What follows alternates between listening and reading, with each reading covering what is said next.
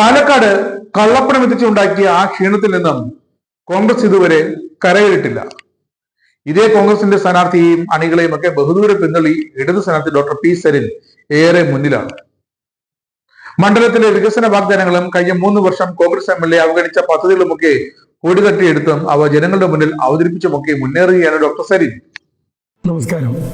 അറിവിന്റെയും കൗതുകത്തിന്റെയും കലവറയായ നമ്മുടെ അഗ്രഹാരങ്ങളെ അറിയാൻ എത്ര പേരാണ് എത്തിച്ചേരുന്നത്. ലോകോത്തര ബ്രാൻഡുകൾ നമ്മളുടെ ചുമരുകളിൽ ഇതുപോലെ വീഡിയോ വാളുകളായി ഡിസ്പ്ലേ ചെയ്താൽ അതൊരു വലിയ വരുമാന മാർഗമല്ലേ?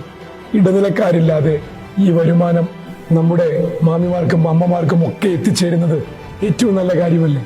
രാഷ്ട്രീയം പറച്ചിലല്ല, ജനങ്ങൾക്ക് വേണ്ടത് പാലക്കാടിനെ ഇനി ആരും നയിക്കുമെന്നൊക്കെയാണ്. ഇടത് സർക്കാരിന്റെ വികസന സ്വപ്നങ്ങൾ ഇതാ ജനങ്ങൾക്ക് മുന്നിൽ എത്തിക്കാൻ പുതിയൊരു മാർഗവുമായി ഇടത് സ്ഥാനാർത്ഥി എത്തിക്കഴിഞ്ഞു. തെരഞ്ഞെടുപ്പ് പ്രചരണം അവസാന റൗണ്ടിലേക്ക് എത്തുമ്പോൾ പാലക്കാടിന്റെ വികസന മുരടിപ്പ് ചർച്ചയാക്കുകയാണ് LDF സ്ഥാനാർത്ഥി ഡോക്ടർ പി സരിൻ നേരിട്ട്. പാലക്കാടിന്റെ വികസന സങ്കല്പങ്ങൾ പങ്കുവച്ച് കോഫി വിത്ത് സരിനും ഡോക്ടർ സൂപ്പർ നയനും ജനശ്രദ്ധ നേടുകയാണ്. മുഖ്യമന്ത്രിയുടെ ജനസമ്പർക്ക പരിപാടി പോലെ തന്നെയാണ്. മണ്ഡലത്തിലെ 9 മേഖലകളിലെ വികസന സങ്കല്പങ്ങളും സാധ്യതകളും മുൻകാലങ്ങളിലെ പാളിച്ചകളും ഒക്കെ പങ്കുവച്ചുകൊണ്ട് ഡോക്ടർ സൂപ്പർ നയൻ എന്ന പേരിൽ ഒരു വീഡിയോ സീരീസ് ആണ് പുറത്തിറക്കുന്നത്. ആദ്യ ദിവസം പാലക്കാടിന്റെ പൈതൃകമായ കൽപ്പാത്തിയുടെ ബ്രാൻഡിംഗ് സാധ്യതകളാണ് ഡോക്ടർ പി സരിൻ ജനങ്ങളുമായി പങ്കുവച്ചത്. ഇലക്ട്രോണിക് വോട്ടിംഗ് മെഷീനിലെ 9ാം പേരുകാരനായ സ്ഥാനാർത്ഥി പങ്കുവയ്ക്കുന്ന മണ്ഡലത്തെക്കുറിച്ചുള്ള 9 വികസന സങ്കല്പങ്ങൾക്ക് വലിയ സ്വീകാര്യതയാണ് ആദ്യ മണിക്കൂറുകൾ തന്നെ സോഷ്യൽ മീഡിയയിൽ ലഭിച്ചത്. സോഷ്യൽ മീഡിയയെ എങ്ങനെ കൈകാര്യം ചെയ്യണമെന്ന് ഡോക്ടർ സരിനെ ആരും പഠിപ്പിച്ചു കൊടുക്കുകയും വേണ്ട. ദിവസത്തിന്റെ ആരംഭത്തിൽ തന്നെ വോട്ടർമാരുമായി സ്ഥാനാർത്ഥി നേരിട്ട് ചെന്ന് സംവദിക്കുന്ന വേറിട്ട പരിപാടിയാണ് കോഫി വിത്ത് സരിൻ. രാവിലെ 7:30 മുതൽ മണ്ഡലത്തിലെ വിവിധ മേഖലകളിൽ നിന്ന് വോട്ടർമാരോട് സ്ഥാനാർത്ഥി ഫേസ്ബുക്ക് ലൈവിലെത്തും.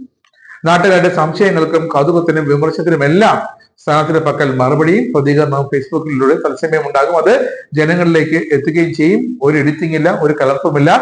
വിമർശിക്കേണ്ടവർക്ക് വിമർശിക്കാം, തുറന്നു പറയേണ്ടവർക്ക് പറയാം. പരിപാടിയുടെ ആദ്യ ദിവസം തന്നെ നിരവധി പ്രേക്ഷകരാണ് കോഫി വിത്ത് സരിൻ ലൈവിൽ ആസ്വദിച്ചത്. അതിനെയും തുടരും.